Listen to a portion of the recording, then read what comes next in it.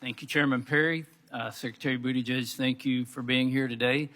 I would like to, I've been listening to some of the debate, and there was talk about a revolution, the EV revolution. I thought a revolution was something that came from the people.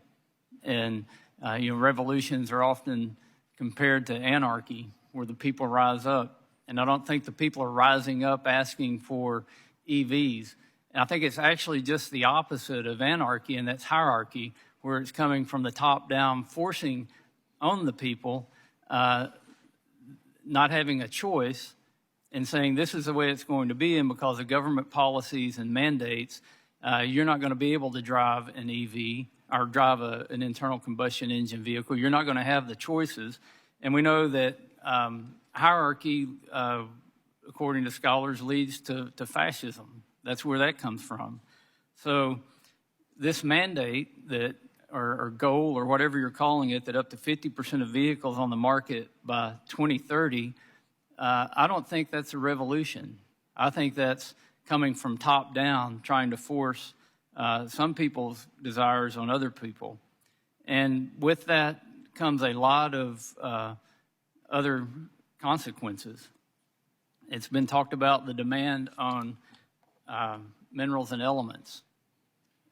Building all these electric vehicles is going to require a tremendous amount of rare earth elements and minerals.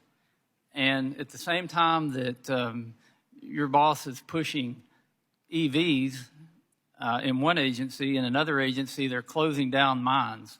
Mr. Huffman mentioned the Twin Metals project. They're not going to be able to buy any electric vehicles if they can't have a mining project. But this administration has canceled 2 mine leases in Minnesota and enacted a 20-year ban on mining in more than 225,000 acres in the surrounding area where these minerals can be found in unparalleled quantities, right here in the United States. And I've said the problem with this administration and plan is it's twofold. It's physics and math. If you can solve those 2 problems, then you may have something with your electric vehicles and carbon emission goals. And I would contend that you're not even going to be able to achieve these carbon emission reductions. The policies of this administration are actually increasing global carbon emissions because they're forcing more energy to be produced in other countries. They don't have near as good of controls as we do. China's building 38 gigawatts of coal-powered plants a year. The global use of coal was at an all-time high last year. We can't put our head in the sand and say one energy source is better than another energy source. And by the way, America, you're going to be forced to drive EVs. I was back home in my district, took my pickup in to get it serviced, and I was talking to a salesman at the car dealership that I've known a long time. And I said, it looks like you've got a few more cars on the lot than you had before. He said, yeah, we're starting to get them. He said, but the problem is nobody can afford them. I said, what do you mean? He said, we don't have any cars under $30,000. He said, a big part of our sales used to go to people who could only afford to buy a $20,000 or $30,000 car. And now they simply don't have an option.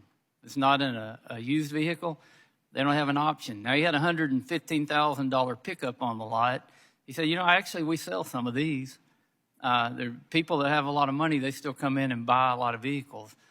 But my constituents back in the 4th District of Arkansas are the ones that are looking for that $20,000 or $30,000 vehicle or the $5,000 to $10,000 used vehicle.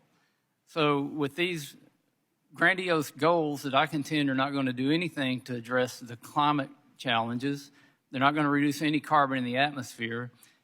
What would you tell me to go back and tell my constituents as far as buying an automobile? Well, I wish you could tell them you voted to make the sticker price of an EV cheaper by joining us on the Inflation Reduction Act. And but also, barring that, I would point to the fact that when I entered the... While we're on that, now I'm reading that the price of internal combustion vehicles are more expensive because the auto manufacturers are losing so much money on EVs, even with the government subsidies that every American taxpayer are paying for. They're losing so much money on EVs, they're actually raising the price on internal combustion engines. So, me voting to spend more taxpayer monies on a government handout to play favorites in a certain industry, that's not going to help anything, and it's not going to make my constituents feel any better about not being able to buy any kind of vehicle. And my time's expired, and I yield back.